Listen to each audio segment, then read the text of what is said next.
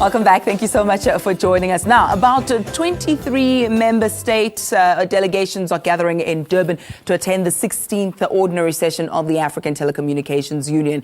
In his keynote address, the Minister of Telecommunications and Postal Services, Dr. Siyabonga Cwele, urged member states to focus on the rolling out of broadband infrastructure, as this will promote affordable and accessible services to citizens. We're now joined by Thulani Ngubane. He's the Departmental spokesperson. He's coming to us live from our Durban studios. A very good morning to you. Thank you so much for joining us.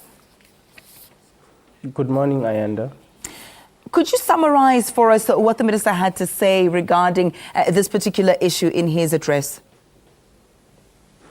The Minister appealed to the Council, especially as the task of the Council is to ensure that the regulatory environment in Africa, and especially in the space of telecommunications, is regulated, to say we have challenges around development, but also making sure that the game changer in economic development in the continent would be about us uplifting more our infrastructure, and this talks to the broadband and making sure that our broadband infrastructure is up to scratch so that we can be able to uplift and change the lives of the most poor and the vulnerable within the continent. Access to information has become a human rights issue for most people, I'd imagine. Speak to us now about the plans that government has put in place in our own country to make sure that there is a rollout of broadband. I believe it was in 2008, if I'm not correct, that government promised that the rollout of broadband would be at a certain level. I wonder whether or not it has reached that level and where we are in this process.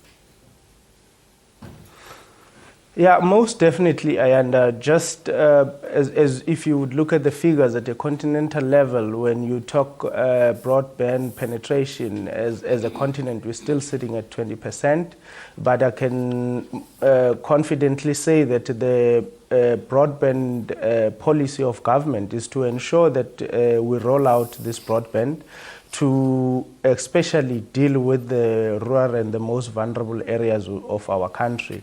So the rollout is in place. The department as a policy department is busy in finalizing the plans that would see this rollout become a reality.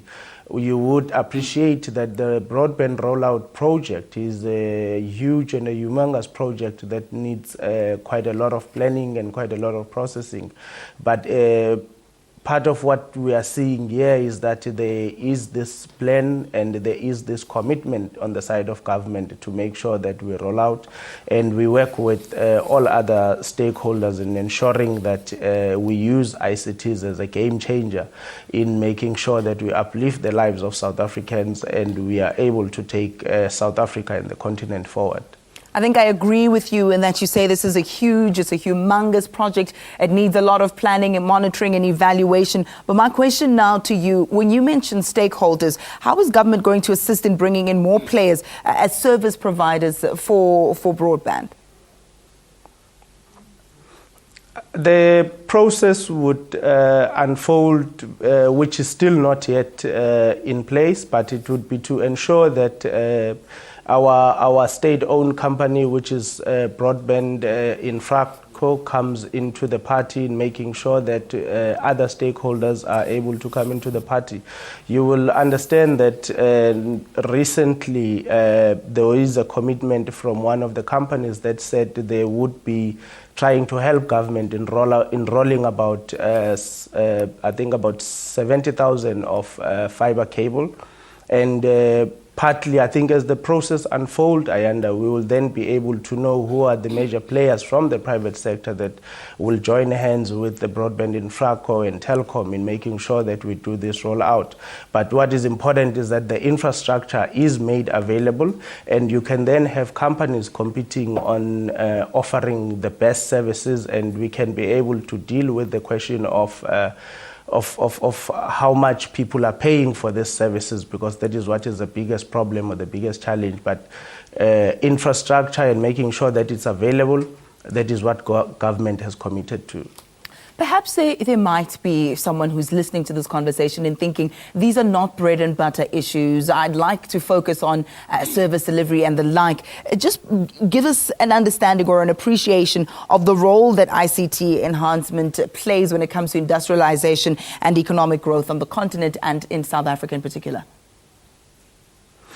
Most definitely. The minister gave a very interesting perspective where he shared with the council that I think in South Africa alone, when you look at 2014, we had about 82% of cell phones and smart gadgets that were sold throughout the South African market, which shows, I think, the appetite and the hunger for people buying into these smartphones and being able to utilize and use the internet. So what then this suggests to us is that, as I was saying, as a game changer and as a process that will leapfrog Africa's economy, you would look at a lady in a rural area who's running maybe his or her own beadwork company. But once you have this penetration of broadband, we are then able to put the services of that particular individual at a national and also a global scale. Of course, meaning that and there's the person export, can yes, start yes. to do business with another person in the rural areas and also in the areas overseas. Wonderful. Thank you so much for that information. Mr. Thulani Ngubane is the department spokesperson from Telecommunications and Postal Services. Also, South Africa championing the implementation of the ATU's new strategic plan 2015 and 2018. The meeting wraps up today. And we'll bring you up to speed with some key issues that also develop from that gathering. For now,